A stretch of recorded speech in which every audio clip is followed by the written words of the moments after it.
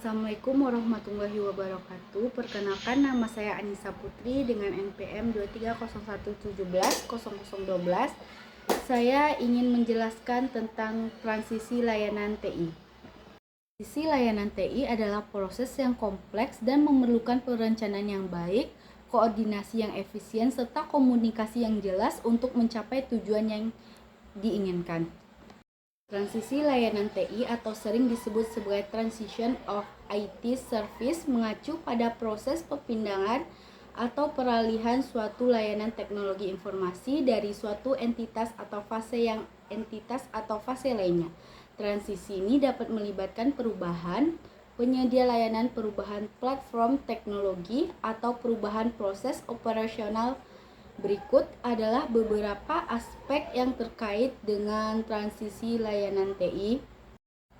1. Tujuan transisi layanan TI terbagi menjadi 1. Peningkatan efisiensi. Transisi layanan TI dapat dilakukan untuk meningkatkan efisiensi operasional baik dari segi biaya maupun waktu.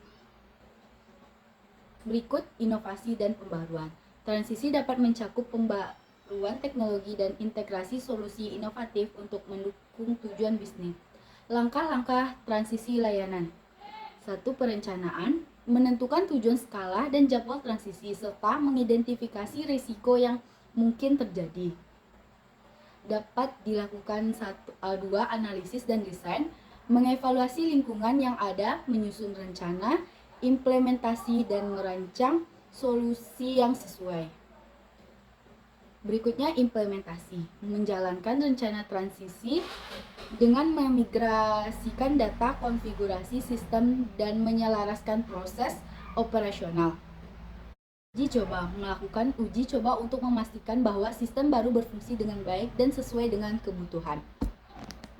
3. Manajemen risiko, dapat dilakukan identifikasi risiko, mengidentifikasi potensi risiko yang selama transisi seperti kehilangan data, gangguan layanan, atau penurunan produktivitas. Berikutnya pengelolaan risiko, menetapkan strategi pengelolaan risiko untuk meminimalkan dampak dan meningkatkan kemungkinan keberhasilan transisi. 4. Komunikasi dan keterlibatan pemangku kunci, dapat dibagi menjadi komunikasi efektif. Pelibatan pemangku kunci, manajemen perubahan, dapat dibagi menjadi pelatihan karyawan, memberikan pelatihan yang diperlukan kepada karyawan untuk menggunakan sistem baru atau mengadaptasi perubahan proses. Berikutnya manajemen perubahan. Budaya, mengelola perubahan budaya dalam organisasi untuk mendukung penerimaan dan adaptasi terhadap perubahan.